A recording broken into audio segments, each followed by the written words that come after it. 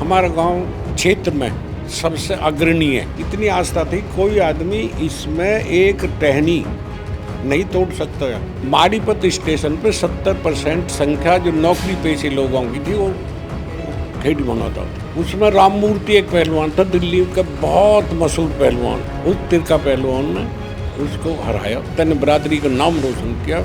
ये 100 रुपये ले। अंग्रेज पीरियड में सबसे ज़्यादा जो मुकाबला किया वो गुजरों ने किया। वहाँ भाटी, नौंगडी, ये कसाना, ये सब लोग रहते हैं। बक्करवाल उनको बोलते हैं। और ये जो मैं है ये हमारी बिरादरी के लिए बहुत नुकसानदायक रही है रहेगी।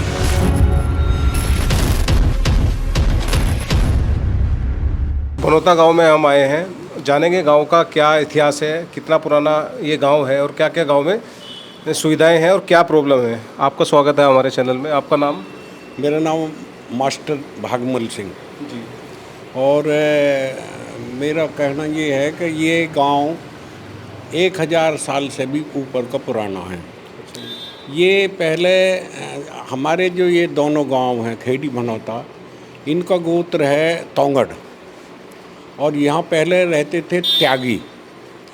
किसी विवाद में वो त्यागियों को यहाँ से भगाना पड़ा और ये गांव बसा। पहले यही भनौता गांव बसा, उससे जो छोटा भाई है वो खेड़ी में जाके बस गया, वो खेड़ी गांव है। शिक्षा की बात है तो हमारे यहाँ ये इंटर कॉलेज है, श्री सुभाष इंटर कॉलेज। 1958 में इस संस्था की शुरुआत की, श्री सुभाष इंटर कॉलेज की।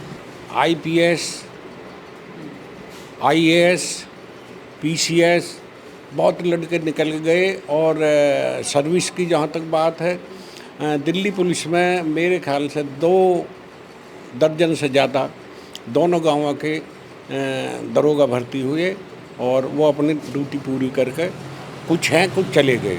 एक वक्त ऐसा था, मारीपत स्टेशन और दादरी स्टेशन पड़ती हैं रेलवे की, तो एक टाइम ऐसा था कि मारीपत स्टेशन पे 70% बच्चे जो नौकरी करते थे खेड़ी भनौता थे। रही फिजिकल उसमें आओ तो आप क्षेत्र में किसी से मालूम कर लो, हमारे दोनों गांवों में मेरे ख्याल से 70 जोड़ी पहलवान, 2 अखाड़े चलते थे, जिसमें एक तिरखा पहलवान हुए, जिसने एक वक्त में दुजाने में होता था एक दंगल, आज भी होता, तिलहंडा बोलते हैं उसे।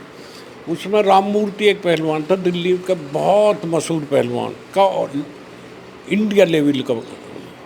उस तिरका पहलवान ने उसको हराया और वहाँ के जो चौधरी थे जिन्होंने मीर भोज इंटर कॉलेज की स्थापना की, चौधरी रतनराम, उन्होंने किसी को जब तक कोई पैसा नहीं दिया था प्रतियोगिता में, चौधरी रतिराम ने उनको बुलाया।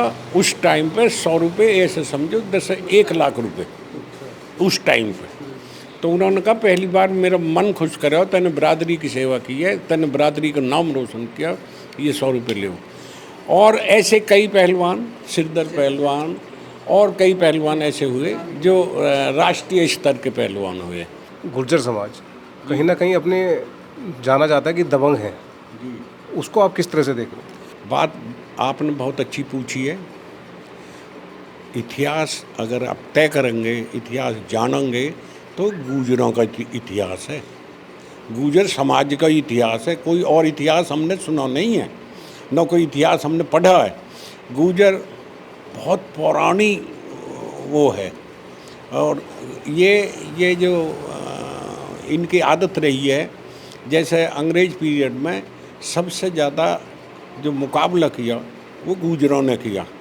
यहाँ के या क्षेत्र के 10-12 लोग जो काला आम है बुलंदशहर में, उस पर फांसी पे चढ़ाए गए हैं जी। राव बोलते हैं उनको, हैं जी। तो और इन्होंने बहुत परेशानी उठाई इसलिए कि इन्होंने शासन का विरोध किया, कभी दब के नहीं रहे और न आज भी प्रवृत्ति है। इसलिए आज तक ये वो रहता है कि भाई गुजर तो है, ए भी एक शब्द ऐसा है जब में सब चीज़ आ जाती हैं, लेकिन गुजर पीछे लेकिन ऐप की वजह नहीं देखते। ऐप पीछे क्या, क्यों, कैसे, ऐब किया, उसको नहीं देखते। इसका कारण केवल ये रहा कि ये लोग अपने सच्चाई पे, अपनी मेहनत पे कायम रहे और इन्होंने कभी किसी सत्ता को मानने को तैयार नहीं हुए। राजनीति में कहीं हम आगे बढ़ रहे हैं या आज भी हमें बहुत ज़्यादा मेहनत करने की ज़रूरत है? भाई मेरी बात सुनो, ये एक दूसरे को बर्दाश्त करने को तैयार नहीं है। इनकी इसलिए लीडरशिप नहीं है। लीडरशिप, वह जाट हैं चौधरी चरण सिंह के पीछे सारे देश का जाट, लेकिन यहाँ लीडरशिप को मानने को कोई तैयार नहीं। पहले मैं नेता बन जाऊँ, बाकी कोई बने ना बने, पहले मैं रहना चाहिए। और ये जो मैं है, ये हमारी बिरादरी के लिए बहुत नुकसानदायक रही है रहेगी। जिस दिन, जैसे मान लिया हम ये कहते हैं, एक हमारे नेता हुए रामचंद्र विकल, 52 में जब चुनाव हुए तो रामचंद्र विकल इसी क्षेत्र से दादरी उससे विधायक चुने गए और मंत्री भी रहे मत्स्य पालन, जबकि विधानसभा में चौधरी साहब के मुकाबले रामचंद्र विकल को बहुमत मिला, उसको नेता चुना गया। चौधरी चरण सिंह दूसरी टाइप के लोग थे, उन्होंने कहा विकल जी इसमें जो ना शिक्षा का बहुत वो होता है, आपको परेशानी होगी इस पद को संभालने में, लिहाजा मैं आपको मंत्री बना दूंगा, आप मेरा नाम पे पेश कर दें। उस टाइम पे नेहरू परिवार से चौधरी रामचंद्र विकल के ऐसे डायरेक्ट संबंध थे कि उन्हें कोई परमिशन की जरूरत नहीं। हाउस जो एंट्री है रामचंद्र विकल, और इस देश का इंदिरा गांधी तक इस देश का गुजर नेता रामचंद्र विकल को माना गया। उनके बाद हमारे राजेश पायलट हुए। हमारा बहुत बड़ा क्षेत्र है, बहुत बड़ी हमारी हिस्सेदारी हो सकती है राजनीति में, लेकिन सब पार्टियों के नेता, सब बिरादरियों के नेता से अलग हमारी जो बिरादरी है वो एक दूसरे को नेता नहीं मानती। जिस दिन मान लेगी इनका कोई मुकाबला नहीं रहेगा। लेके कन्याकुमारी तक जम्मू कश्मीर, ये बहुत बड़ा वो है गुजर बिरादरी का। इनमें एक नेता आया था महेंद्र सिंह भाटी, जो लोग जो एक विधायक का काम होता है, अगर लोग उसके पास कोई चला गया और उसने अपनी परेशानी, तो ये नहीं है कि कोई स्वार्थ देखते हुए सीधे जाकर, आज भी हमारे क्षेत्र में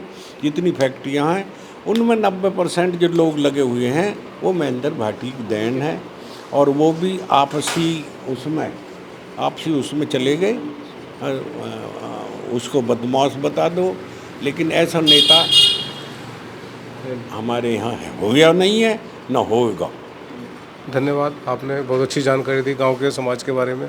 तो ऐसी खबरें के देखने के लिए आप हमारे चैनल भारत के गुर्जर को सब्सक्राइब करें। आप हमें फेसबुक और इंस्टाग्राम पर भी फॉलो कर सकते हैं।